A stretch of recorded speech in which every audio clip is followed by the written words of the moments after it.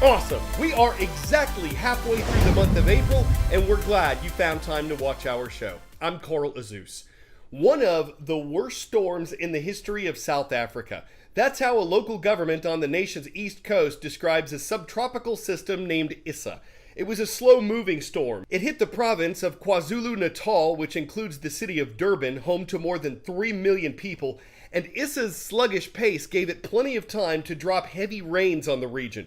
They began on Monday and brought several months' worth of precipitation to the area over just a few days. So flooding along South Africa's east coast has been tremendous. Mudslides have flowed downhill. Buildings have collapsed. Cracks widened into deep fissures, destroying roads. Homes have been lost, and officials say more than 300 people have been killed. Rescue teams have been digging through mud and rubble to save lives. Most of the shipping containers that arrive in southern Africa are processed through the port of Durban, and when the weakened ground gave way, a large stack of containers could be seen collapsing into the muddy waters around it.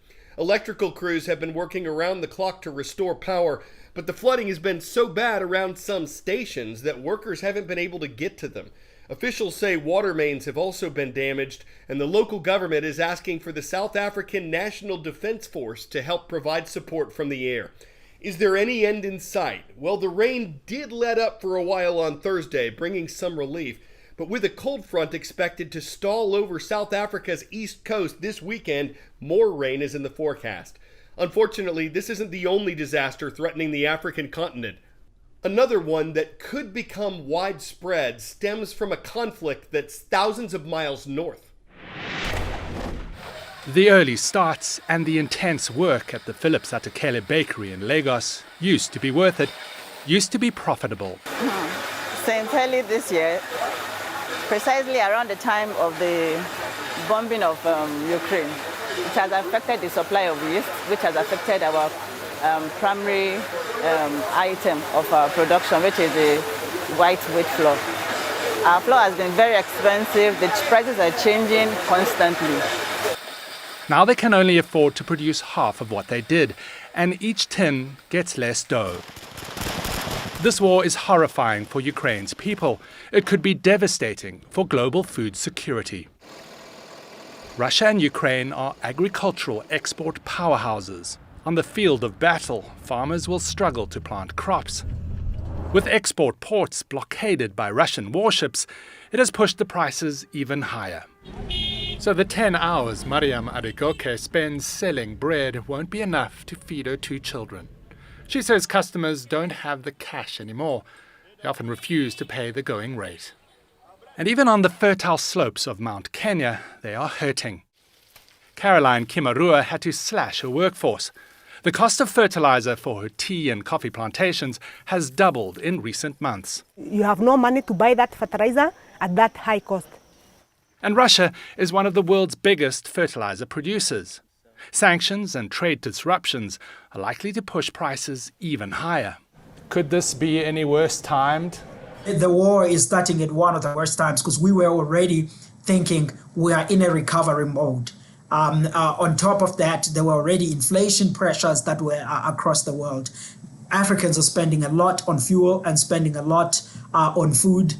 Then in these current moment, this is a tough time for the continent. The impact of this conflict is coming on top of already soaring global grain prices. And if you look at this map over here, of course, countries across the world could feel the pain, but economists point to specific African countries like Senegal, which imports more than 50% of its wheat from Ukraine and Russia, and Somalia, which imports more than 90%. And in Somalia, already suffering from generational drought, if the rains fail again, the war in Europe could push this crisis into a catastrophe, even into famine. Aid agencies depend heavily on grain from Ukraine. 10-second trivia. Who invented the exercise called the burpee? James Naismith, Vince Lombardi, Pat Summitt, or Royal Burpee? Yes, it was an exercise physiologist and YMCA director named Royal Burpee who brought us the exercise. Whether or not burpees are part of your routine, new research suggests even a little exercise has another benefit to our health. It might significantly lower the risk of depression. First, how much is a little exercise? Currently, the U.S. Centers for Disease Control recommends Americans spend 2.5 hours every week taking part in an aerobic activity like a fast-paced walk. Runners can cut that time in half, and in addition, the CDC says we should work out all major muscle groups twice a week. The benefits are well documented. Exercise can lower stress, reduce anxiety, improve sleep, protect us against heart problems and diabetes. But new research that looked at 15 other studies found that adults who walked 75 minutes a week, half the government's recommended level, had a risk of depression that was 18% lower than those who don't exercise at all. The risk was 25% lower for people who followed the recommended amount, but working out more than that didn't improve depression rates. So what's the big conclusion here? In short, we should get off the couch and move. The authors of the study, which was published this week in the journal JAMA Psychiatry, say it can help health experts give guidance to people who can't find the time to follow the CDC's recommendations.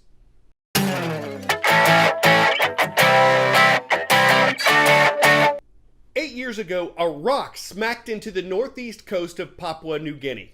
Cool story, bro, but this was CNEOS 2014-0108, what researchers believe was a meteor and an interstellar one at that, meaning it's thought to have come from outside the solar system. They haven't actually seen or examined it, so how do they know any of this?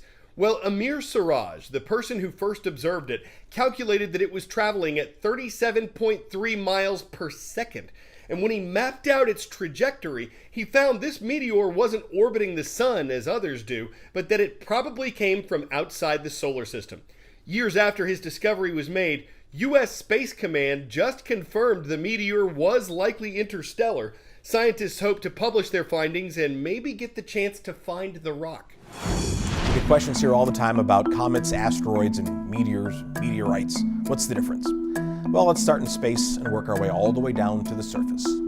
A comet is a snowball. It's a piece of ice. Now, the ice is mainly frozen gas, not water, but there could be dust and rocks and things inside the comet. Halley's Comet. Now, NASA knows of about 3,600 other comets than that one out there. Closer in the asteroid belt, these are rocks, not gas.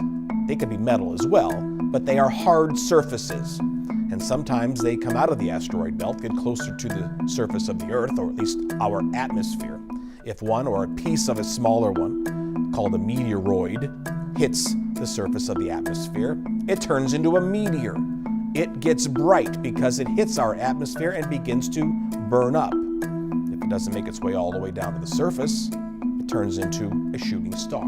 Now, if it does make its way all the way down to the surface of the Earth and hits the ground and you can pick it up, that is a meteorite. Of course, if they couldn't, they could have snagged a midnight snack. It's like delivery with Uber Bleats. There's mutton wrong with haggis. True, some might lambaste or completely shun the idea, saying you can't woolly be serious, but it's tough to bleed if you can stomach it. Pendleton High School in Pendleton, Oregon gets today's shout out. Carl, how did they do that? They subscribed and left a comment on our YouTube channel. I'm Carl Azus for CNN.